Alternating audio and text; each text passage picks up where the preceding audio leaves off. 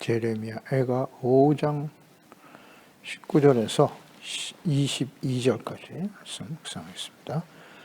5장 19절 22절.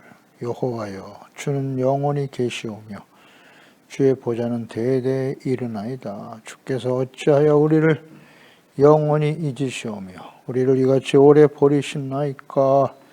여호와여, 우리를 주께로 돌이키소서. 그리하면 우리가 주께로 돌아가겠사오니 우리의 날들을 다시 새롭게 하사 옛적 같게 하옵소서.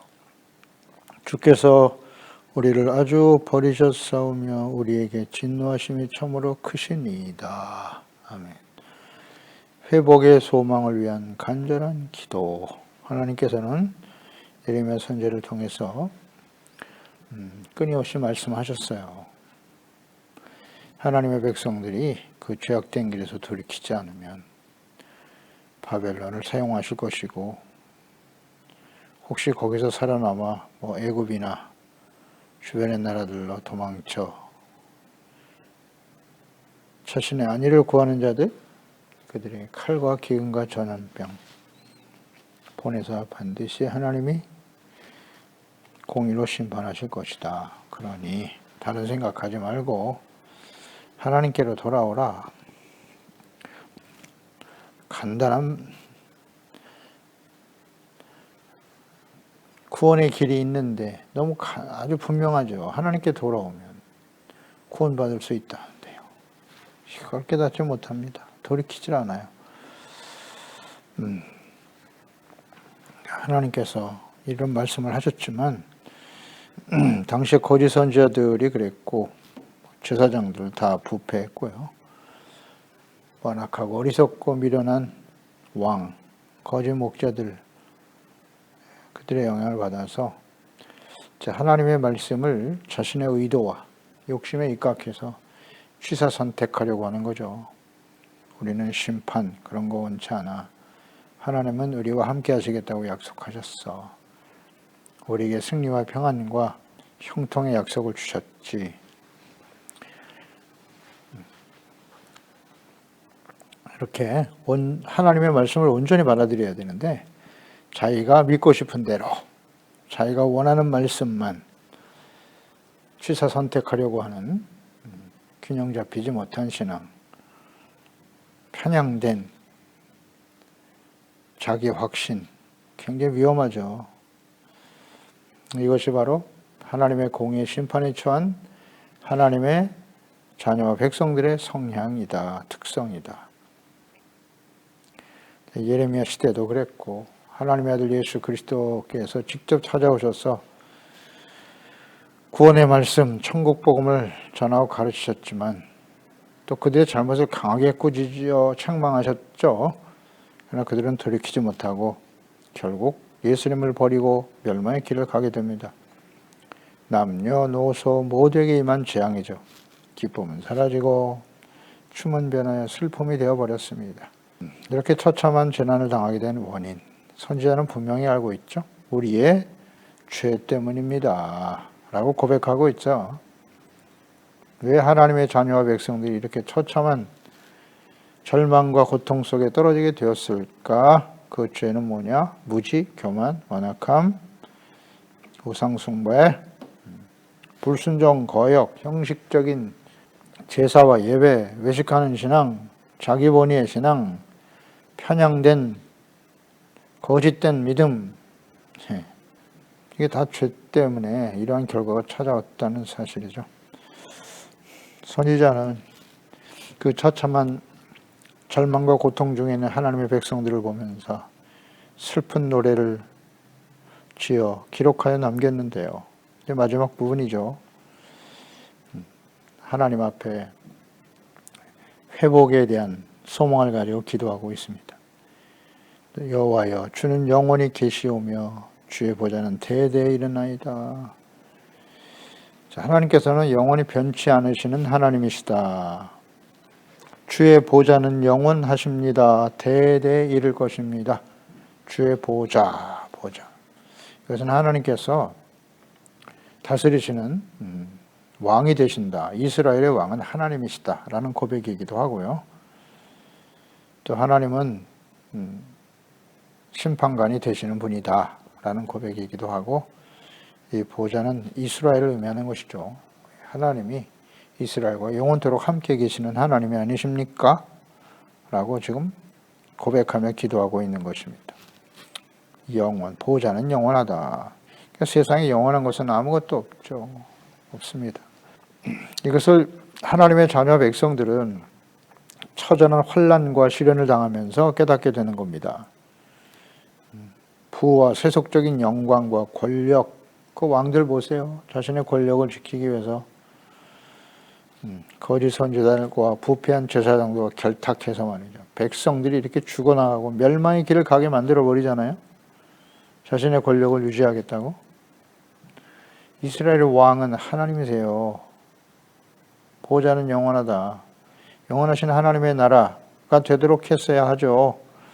이런 영광, 권력, 이런 건 세상에 영원한 것은 없다는 거예요. 언제 깨닫게 돼요? 네, 이렇게 처참한 환난과 시련을 당하게 될 때, 환난 중에 그들은 비로소 깨닫게 되는 거예요.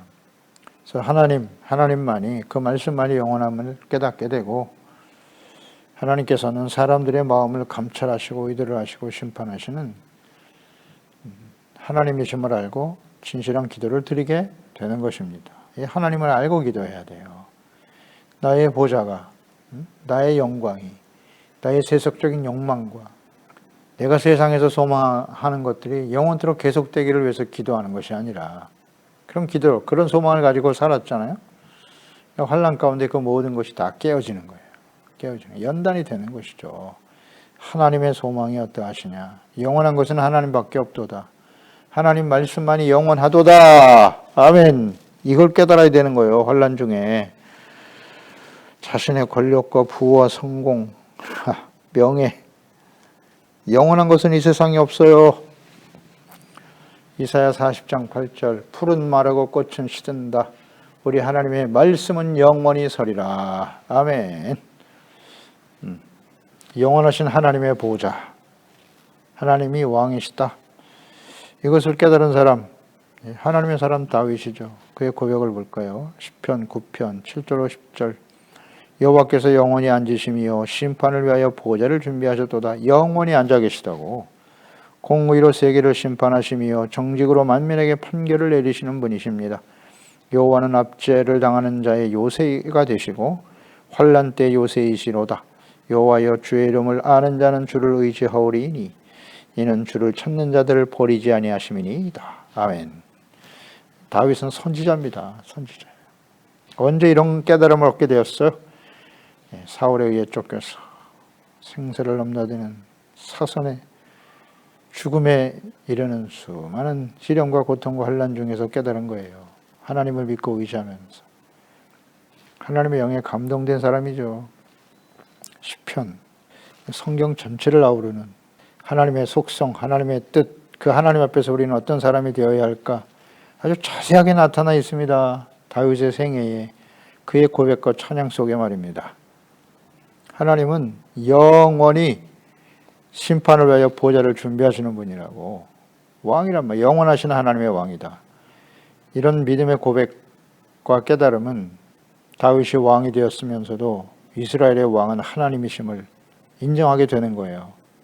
중간중간 교만하여 이 중요한 진리를 깨닫지 못하고 범죄할 때도 있었지만 그는 속히 회개하고 돌이킬 수 있었다는 거예요. 이 하나님을 알기 때문에. 심판을 위해 보좌를 준비하신 왕이신 하나님, 영원한 심판자가 되시는 하나님, 공의 하나님 너무나 잘 알고 있죠. 그러니까 이 하나님을 알게 되니까 이 하나님을 알면 어떻게 돼야 돼요? 하나님 앞에서 정직할 수밖에 없고 겸손할 수밖에 없는 것입니다. 정직과 겸손. 우리는 이 하나님을 알고 있나요? 알고 있나요? 자기가 원하는 것만, 원하는 말씀만, 자신이 원하고 뜻하는 바대로만 자기 본위의 신앙을 하려고 생각하는 사람들은 아닌가요? 20절에 주께서 어찌하여 우리를 영원히 잊으시오며 우리를 이같이 오래 버리시나이까 고백하고 있는데요. 영원하신 하나님, 영원한 언약을 맺은 하나님의 백성들을 결코 잊지 않으실 것이다 라는 고백이죠. 오래 버리지 않으실 것이다. 이것을 잘 알고 있어요, 선지자는. 그것을 의지하며 지금 하나님께 기도하고 있는 거예요. 하나님의 속성은 영원성이세요.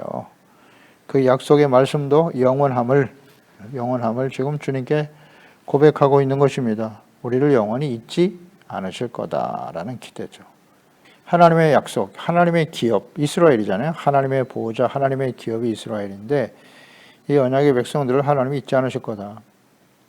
창세기 17장 8절 아브라함에게 주신 약속이잖아요. 내가 너와 내 후손에게 내가 거류하는 이 땅 곧 가나안 온 땅을 주어 영원한 기업이 되게 하고 나는 그들의 하나님이 되리라. 아멘. 이거 하나님의 영원한 언약이에요, 이스라엘은. 그래서 이스라엘이 회복될 수 있었던 겁니다. 예수님을 버리고 2000년 동안 난민 신세가 되고 기피와 혐오의 대상이 되어 살아왔던 유대인들이 2000년이 지난 1948년에 다시 예루살렘으로 돌아올 수 있었던 이유는 무엇일까요? 여러 가지 2차 대전의 전쟁 상황이라든지 유대인들의 극심한 고통과 그것을 불쌍히 여기서 회복시켜줬다. 여러 가지 주장이 있죠. 그러나 창세기 17장 8절 영원한 기업으로 하나님이 약속하셨기 때문이에요. 간단합니다. 그래서 이스라엘이 회복될 수 있었던 거예요. 영원한 땅이에요. 그곳은 하나님이 주신 영원한 언약이기 때문이에요. 영원한 기업이다. 그런데 그 하나님이 주신 영원한 기업이 하나님의 백성들과의 그 언약이라는 건 쌍방 언약이란 말이에요. 지켜 순종해야 돼, 하나님의 말씀을. 그래야 그 언약이 계속 유지되는 것인데 불순종할 때 깨어지기도 하죠. 그래서 하나님이 연단의 과정을 거치기도 하시지만 그러나 하나님의 영원한 기업은 다시 회복될 수밖에 없다. 이런 것들을 생각하면서 지금 선지자는 기도하는 겁니다. 그 처참한 하나님의 백성들의 모습을 보면서 말이죠. 이런 기도를 드릴 수밖에 없어요. 출애굽기 32장에 보면 모세가 시내산에 올라가서 하나님께로부터 말씀을 받고 있을 때 모세가 늦게 내려오니까 그 밑에 있던 백성들이 부패하죠. 그래서 모세는 죽었다. 그러니 우리를 인도할 신을 만들어내라. 사람들이 몰려와서 아론을 협박합니다. 그래서 금송아지 우상을 만들고 뛰어놀고 있었죠. 이것을 하나님이 다 보시고 32장 8절 이하에 그들이 내가 그들에게 명령한 길을 속히 떠나 자기를 위하여 송아지를 부어 만들고 그것을 예배하며 그것에게 제물을 드리며 말하기를 이스라엘아 이는 너희를 애굽 땅에서 인도해낸 너희 신이다. 금송아지 보고 애굽에서 구원한 신이라고 하였도다. 여호와께서 또 모세에게 이르시되 내가 이 백성을 보니 목이 뻣뻣한 백성이로다. 그런즉 내가 하는 대로 두라. 내가 그들에게 진노하여 그들을 진멸하고 너를 큰 나라가 되게 하리라. 이미 출애굽기 32장에 가나안 땅 들어가기도 전에 말이죠. 하나님께서 광야에서 그들을 다 죽이시려고 하는 생각을 가지셨어요. 노아를 통해서 새로운 세계를 여셨던 하나님께서는 모세, 너를 통해서 내가 새로운 민족을 만들 거야. 이렇게 결심하셨단 말이죠. 그때 모세가 하나님 앞에 간절히 기도를 드립니다. 11절 이하에 모세가 그의 하나님 여호와께 구하여 이르되 여호와여 어찌하여 그 큰 권능과 강한 손으로 애굽 땅에서 인도해내신 주의 백성에게 진노하시나이까. 어찌하여 애굽 사람들이 이르기를 여호와가 자기의 백성을 산에서 죽이고 지면에서 진멸하려는 악한 의도로 인도해내었다고 말하게 하시려 하나이까. 주의 맹렬한 노를 그치시고 뜻을 돌이키사 주의 백성에게 이 화를 내리지 마옵소서. 죄종 아브라함과 이삭과 이스라엘을 기억해 주세요. 주께서 그들을 위하여 주를 가리켜 맹세하여 이르시기를 내가 너의 자손을 하늘의 별처럼 많게 하고 내가 허락한 이 온 땅을 너희 자손에게 주어 영원한 기업이 되게 하리라 하셨나이다. 여호와께서 뜻을 돌이키사 말씀하신 화를 그 백성에게 내리지 아니하시니라. 아멘. 모세의 중보기도가 없었다면 광야에서 애굽에서 구원받은 백성들은 다 죽었습니다. 다 죽었어요. 우상 섬기고 날뛰고 있잖아요. 이것이 모든 시대에 계속되어 왔고 지금 예레미야 시대도 마찬가지잖아요. 그들이 하나님을 버렸어요. 우상을 향해 달려갔다고요. 얼마나 오랫동안 기다리셨습니까? 솔로몬이 타락한 이후에 이 요시야 왕까지, 마지막 요시야 아들들 시드기야 왕까지 올 때까지 얼마나 오랜 시간을 기다리셨냔 말이에요. 돌이키질 않죠. 그래서 하나님이 싹 쓸어버리시고 새롭게 시작할 것이다. 지금 예레미야가 목도하고 있는 그 예루살렘의 상태는 너무나 처참하거든요. 처참해요. 완전히 예루살렘이 사라져버렸어요. 황폐하여 짐승들이나 사는 곳이 되어버리고 말았는데, 그러니까 하나님 앞에 이렇게 기도할 수밖에 없잖아요. 하나님이요, 이 백성들을 영원히 버리실 것입니까? 하나님이신 영원한 그 언약을 기억해 주세요. 간구하는 거예요. 모세처럼. 아브라함과 이삭과 이스라엘을 기억해 주세요. 하늘의 별처럼 이 백성을 많게 해줄 것이고 영원한 기업이 되게 하리라고 말씀하지 않으셨습니까? 그 기도를 동일하게 드리고 있는 겁니다. 지금 예레미야가 그 기도를 하고 있는 거예요. 그래서 하나님이 그 기도를 들으시고 말씀하신 화를 그 백성에게 내리지 않았다. 예레미야는 완악하여 공의 심판에 처한 백성들을 위해서 모세와 같은 심정으로 지금 기도하고 있는 겁니다. 우리도 이런 기도를 끊임없이 드려야 되고요. 이렇게 드려야 됩니다. 하나님이여 불쌍히 여기소서. 아마 예수님께서 하나님 보좌 우편에서 이 기도를 지금도 하고 계시는 거예요. 계속 기도하고 계시기 때문에 그 기도로 인해서 오늘날 우리가 살아있는 것이에요. 기회를 주고 계시는 거죠. 하나님께 돌아올 수 있는 기회. 그렇지 않나요? 이걸 깨달아야 돼요. 그러나 더 이상 그 기도를 듣지 않으실 때가 있다는 사실. 예레미야 당시에 하나님 백성들을 보세요. 그들을 위해서 기도하지 말라고 이미 하나님이 작정하셨다는 거죠. 그런 때가 온다. 21절에 여호와여 우리를 주께로 돌이키소서. 그리하시면 우리가 주께로 돌아가겠사오니 우리의 날들을 다시 새롭게 하사 옛적 같게 해주세요. 하하. 선지자의 간절한 기도죠. 소망이 없어 보이는 절망과 고통 중에 있는 백성들을 이전과 같이 새롭게 해주실 것을 간구하고 있네요. 영원한 언약을 기억해 주시고 이전처럼 옛날처럼 돌아가게 해주세요. 옛적 같게 하옵소서. 그러기 위해서는 돌이켜야 돼요. 우리를 돌이키소서. 주께로 돌이키소서 그랬어요. 주께로 돌이키세요. 그러면 우리가 주께로 들어가겠습니다. 그러니까 하나님께 돌아갈 수 있도록 주께서 돌이켜 주시기를 간구하고 있네요. 우리를 주께로 돌이켜 주시면, 그리하시면 조건절이네요. 우리가 주께로 돌아가겠습니다. 저희 말씀 묵상해 보면 패역한 하나님의 백성들, 지금 공의의 심판으로 절망과 고통 중에 있는 백성들인데 이들이 다시 이전과 같이 회복되기 위해서 필요한 것은 무엇일까요? 돌이키게 해주세요 라고 기도하고 있잖아요. 이전과 같이 돌아가기 위해서 필요한 게 뭘까요? 어렵지 않죠? 진실한 회개. 죄를 깨닫고 눈물로 회개하고 죄악된 길에서 돌이키는 거죠. 죄를 버리는 거예요. 그 길밖에는 뭐 방법이 없어요. 하나님께 돌이킬 수 있는 방법은. 그래서 하나님께로부터 용서받는 거죠. 그게 하나님께 돌아오는 거예요. 그러나 이 일은 스스로 결단으로는 매우 어렵다. 스스로 깨닫고 돌아오기는 참 쉽지 않아요. 이게 쉬웠다면 이런 상황까지 오지 않았겠죠. 하나님의 백성들이. 하나님께로 돌이키게 해주세요. 그래서 지금 주님께 기도하는 거예요. 우리가 주님께 돌아갈 수 있도록, 하나님이 우리가 주님께 돌이킬 수 있도록 도와주세요 라고 기도하고 있단 말이죠. 그러니까 하나님의 은혜가 있어야 돼요. 우리가 하나님께 돌아갈 수 있다라고 하는 것은. 그러니까 진실한 회개를 통해서 하나님께 돌이켜 용서받고 의롭다함을 얻는 것은 하나님의 전적인 은혜로 되어지는 사실이에요. 그런 거 아닙니까? 우리를 돌이키게 해주세요. 그리하면 우리가 주님께 돌아가겠습니다 라는 기도니까요.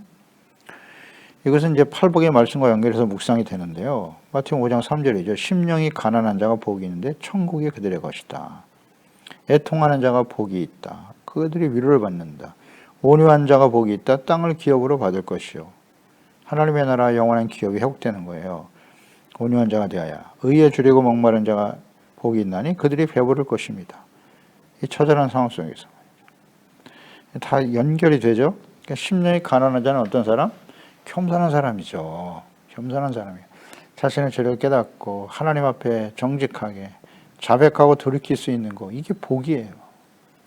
근데 이게 스스로 잘 안 된다는 거잖아요. 그러니까 복이죠. 겸손해. 그런 사람은 눈물로 애통하는 거예요. 죄를 깨닫고 눈물로 회개하고 돌이키는 사람이고, 온유, 순종이잖아요. 하나님의 말씀에 절대적으로 순종하는 마음. 그리고 의를 생명처럼 소중하게 여기는 사람이 되는 거죠. 이게 복이에요. 그 복의 내용이 뭔지 알겠죠? 우리 스스로 이렇게 될 수가 없어요. 이건 하나님의 절대적인 은혜로 되는 일이에요. 그러니까 하나님 앞에 기도하는 겁니다. 기도하는 거예요. 그래서 겸손이 계속 묵상되는 것이지만 하나님의 자녀들에게 있어서 가장 소중한 덕목은 겸손이에요. 뿌리가 겸손입니다. 이 겸손이 없이는 아무것도 할 수 없어요. 아무것도 할 수 없어요. 겸손한 자에게 은혜를 주시고 교만한 자는 대적하시거든요. 하나님의 공의를 피할 수가 없어요. 그래서 하나님 앞에 겸손해질 때 우리는 용서받고 의롭다를 얻게 되는 거죠. 겸손을 생명처럼 소중하게 여겨야 돼요. 겸손의 뜻이 뭐라고요?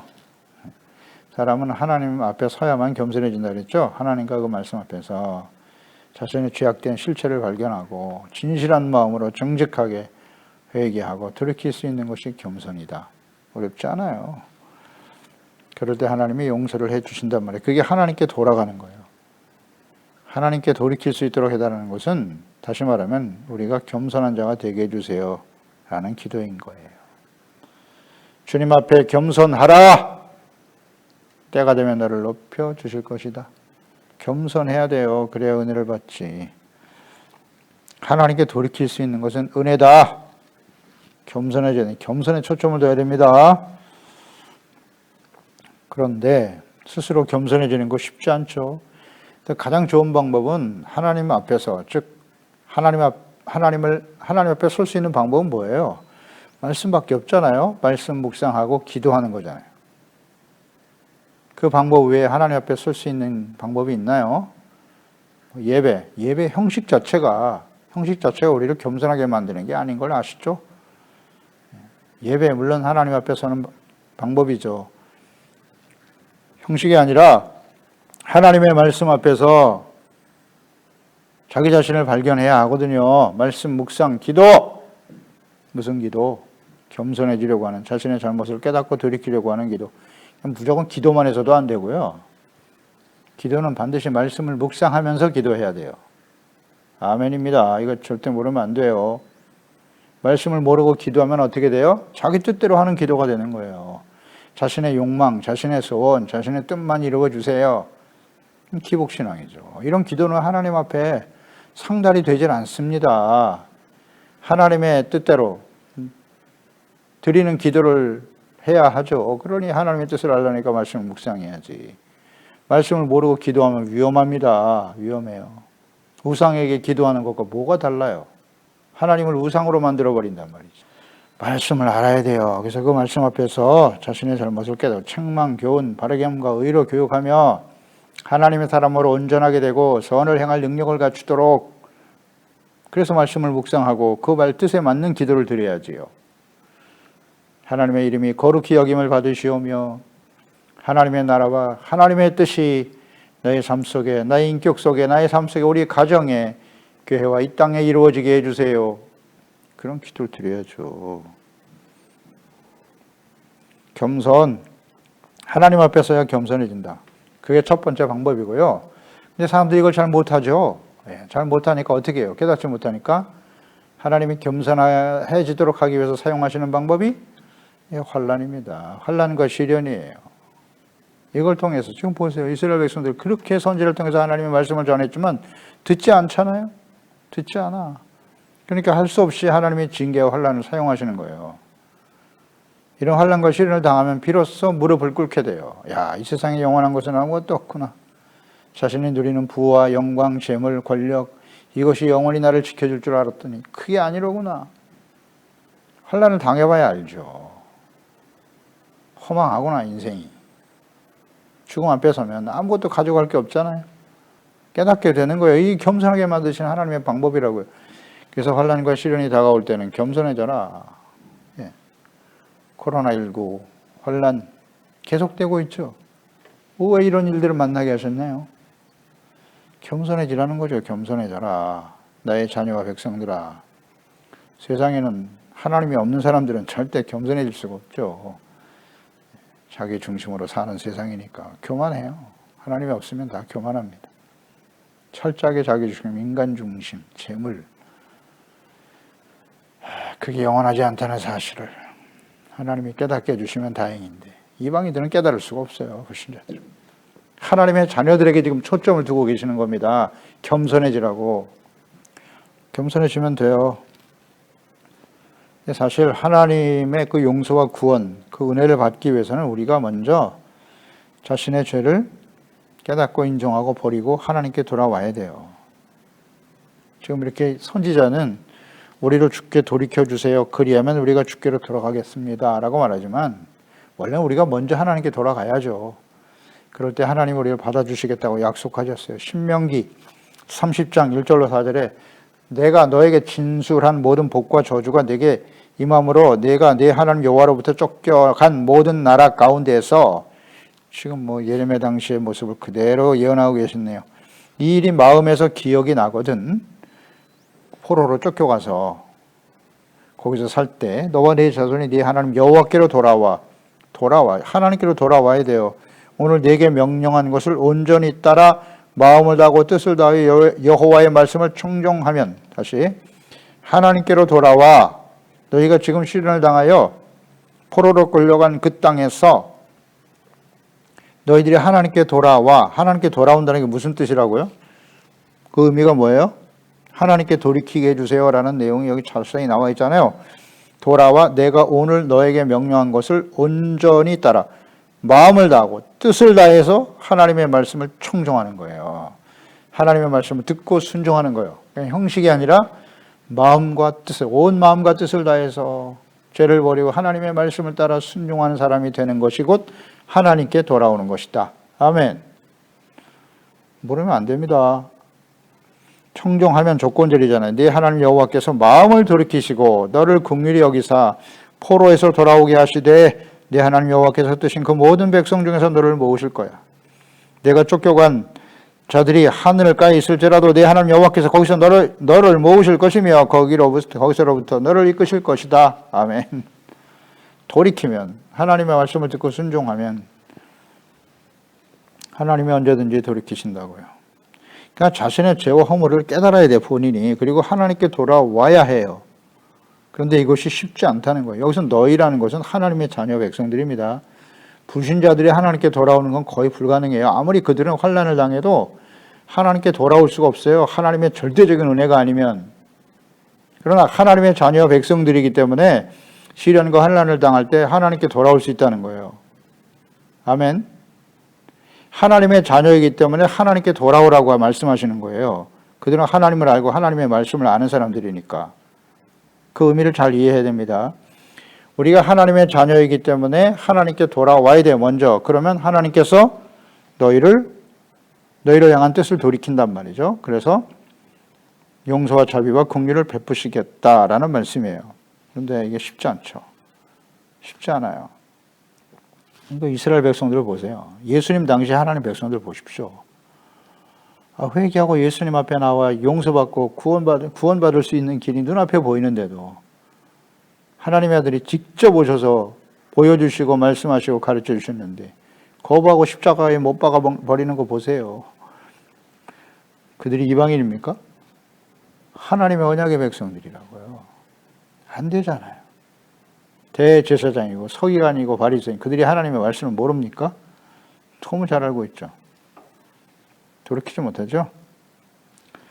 그래서 징계와 환난 하나님이 허락하시는 거예요. 그걸 통해서 겸손해지면 돌이켜 새롭게 하시겠다는 뜻이죠. 22절에 보면 주께서 우리를 아주 버리셨사오며 우리에게 진노하심이 참으로 크시니이다. 반어법이죠. 하나님이 우리를 아주 버리지 않으시겠다는 거고 하나님의 진노하심은 크긴 한데 하나님 우리를 아주 버리지 않으실 것이다 라는 기도죠. 겸손한 마음으로 자신의 죄를 깨닫고 눈물로 회개하며 주의 말씀에 순종할 때 주께서는 자신의 백성들을 다시 회복시켜 주실 것을 알고 믿음으로 기도하고 있는 선지자. 이거 이미 예레미야 26장에 다 말씀하셨어요. 시사더리아에 그러나 너희가 내게 청종하지 않아 이 모든 명령을 준행하지 않으면 내 규례를 멸시하며 내 마음에 내 법들을 싫어하여 내 모든 계명을 준행하지 아니하며 내 언약을 배반할 진대 내가 이같이 너희에게 행하리니 곧 내가 너희에게 놀라운 재앙을 내려 내가 너희를 칠 거야. 너희가 너희 대적에게 패할 거고 너희를 미워하는 자가 너희를 다스릴 것이고 너희는 쫓는 자가 없어도 도망칠 거야. 또 만일 너희가 그렇게까지 되어도 내게 청종하지 아니하면 너희 죄로 말미암아 내가 너희를 7배나 더 징벌할 거야. 예레미야 26장에 이미 말씀하셨어요. 이어서 40절 44절에 그들이 나를 거스른 잘못으로 자기의 죄악과 그들의 조상의 죄악을 자복하고 또 그들이 내게 대항함으로 나도 그들에게 대항하여 내가 그들을 그들의 원수들의 땅으로 끌어갔음을 깨닫고 그 할례받지 아니한 그들의 마음이 낮아져서 그들의 죄악의 형벌을 기쁘게 받으면 내가 야곱과 맺은 내 언약과 이삭과 맺은 내 언약을 기억하며 아브라함과 맺은 내 언약을 기억하고 그 땅을 기억하리라. 그들이 내 법들을 싫어하며 내 규례를 멸시하였으므로 그 땅을 떠나서 사람이 없을 때 그 땅은 황폐의 안식을 누릴 것이요 그들은 자기 죄악의 형벌을 기쁘게 받으리라. 그런즉 그들이 그들의 원수의 땅에 있을 때 내가 그들을 내버리지 아니하며 미워하지 아니하며 아주 멸하지 아니하고 그들과 맺은 내 언약을 폐하지 아니하리니 나는 그들의 하나님이 됨이니라. 아멘. 네, 하나님이 절대 이 언약을 폐하지 않으시겠다고. 돌이켜야 돼요. 우리가 하나님 앞에 돌아오는 겸손, 이것이 얼마나 소중한가 깨닫게 됩니다. 하나님 아버지, 예레미야에 가서 말씀을 묵상해 보았습니다. 예레미야 선지자의 말을 듣지 아니하고 하나님 말씀이었죠. 하나님께 돌아와 항복하고 말씀을 듣고 돌이키기만 하면 용서해 줄 것을 이렇게 오랫동안 기다리셨으나 끝까지 돌이키지 않고 배역한 하나님의 백성들, 어리석은 왕, 부패한 제사장, 거짓말을 전하는 선지자들 때문에 백성들조차도 기회를 잃어버리고 돌이킬 수 있는 기회를 잃어버리고 처참한 멸망의 상태를 그 상황에 처하고 말았네요. 자신들의 죄 때문임을 알고 그러나 하나님은 영원히 하나님의 백성들을 버리지 아니하심을 알고 있는 선지자는 간절히 기도할 수밖에 없네요. 이와 같은 일들이 모든 시대에 계속되어 왔고 오늘 이 시대에 진행되고 있습니다. 이제 주님의 마지막 진노가 이 땅에 이 역사 속에 이 지구상에 이루어질 것이라고 말씀하셨는데요. 우리는 어떤 사람이 되어야 할까요? 하나님 앞에 겸손한 자가 되게 해주세요. 말씀 앞에서 우리의 죄와 허물을 깨닫고 죄악된 길에서 돌이킬 수 있는 이 기회를 절대 놓치지 않게 해주세요. 그래서 하나님을 죄악된 모습을 버리고 두 마음을 품지 말고 오직 한 마음, 오직 주님의 말씀을 따라 순종하는 겸손하고 성결하고 거룩하고 진실된 하나님의 자녀로 회복될 수 있도록 주의 성령께서 역사해 주세요. 겸손한 자, 애통하는 자, 온유한 자, 의에 줄이고 목마른 자가 다 될 수 있는 복을 내려 주시옵소서. 예수님의 이름으로 기도드리옵나이다. 아멘.